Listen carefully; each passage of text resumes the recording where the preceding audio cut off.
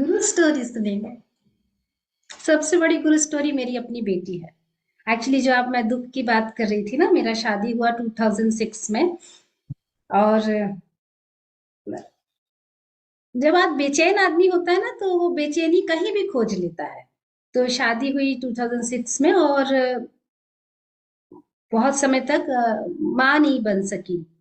फिर एक एक प्रेगनेंसी होती है, उसको बोलते हैं टॉपिक प्रेगनेंसी। तब बेबी जो होता है ट्यूब में ग्रो करने लगता है।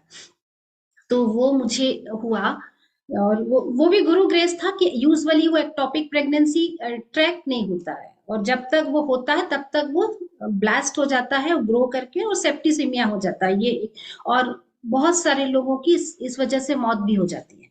पर वो एक लंबी गुरु स्टोरी है कि वो कैसे वो अपने आप ट्रैक हुआ, और मैं समय पे हॉस्पिटल पहुंची। फाइनली डॉक्टर ने लेप्रोस्कोपी सर्जरी करके उस ट्यूब को रिमूव किया, और उस सर्जरी से ये बात पता चला कि मैं माँ नहीं बन सकती। तो आप यही है जो बेचैन है, तो इसी को ठीहा ढूंढ लिया। हुक करते हैं नेगेटिविटी को, हुक होने के लिए कोई भी जगह काफी है। इसी बात, आप माँ नहीं बन सकते, इसी बात का दुख।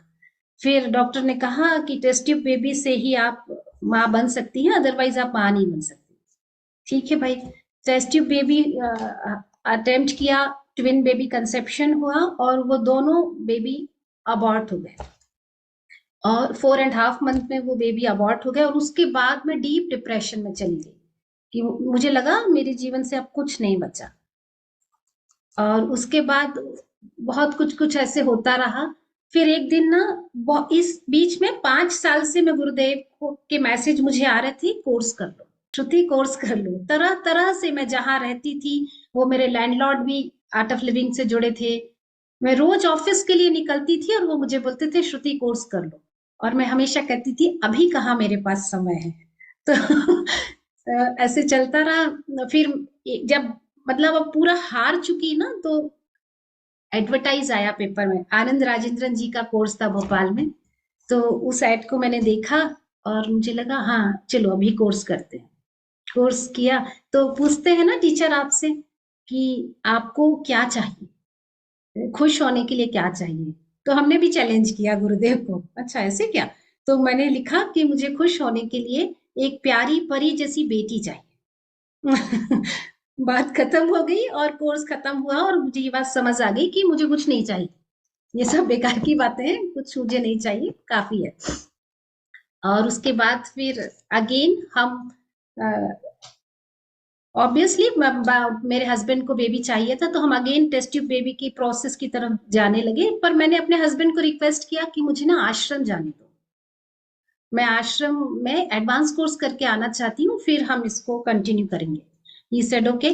तो मैं आश्रम गई, और आश्रम में ही मुझे मेरी एक दोस्त थी, वो गायनिक थी, जो मुझे बड़ी मिली वो गायनिक थी।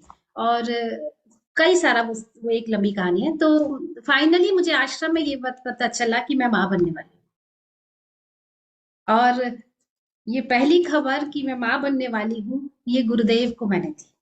मतलब मैं विशालाक्षी मंडप में बैठी थी, मैं समझ नहीं पा रही थी कि मेडिकल साइंस कहता है मैं माँ नहीं बन सकती, नॉर्मल कंसेप्शन से मैं माँ नहीं बन सकती। और वो सारा कुछ घटना जो घटा वो था कि हाँ मैं माँ बन सकती हूँ। और मैं प्रेग्नेंट थी। और गुरुदेव ने किसी से बोला, किसी वॉलंटियर के पास माइक था, तो वो माइक बोला इनको बोलो, इनको दो माइक। तो मुझे ये लगा कि गुरुजी मुझको क्या बोलना है। तो पर जो भी उस वक्त मैंने बोला मुझे ख्याल नहीं है। गुरुदेव ने कहा कि हाँ मुझे पता है, तुम्हें जो चाहिए वो तुम्हें मिलेगा ही। वापस लौटे डॉक्टर हैरान, मेडिकल साइंस फेल, कि ये बच्चा आया कहाँ से। I am actually unfit for normal conception.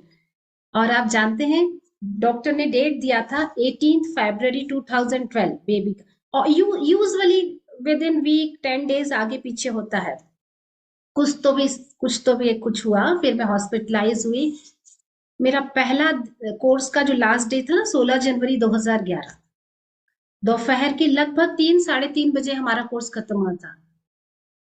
16 जनवरी 2012 को वही दोपहर को 3:45 में मैंने एक बेटी को जन्म दिया और सचमुच में वो बहुत प्यारी परी जैसी डिवाइन चाइल्ड। तो आप जो गुरु स्टोरी, ऐसे अनगिनत गुरु स्टोरी है जीवन में,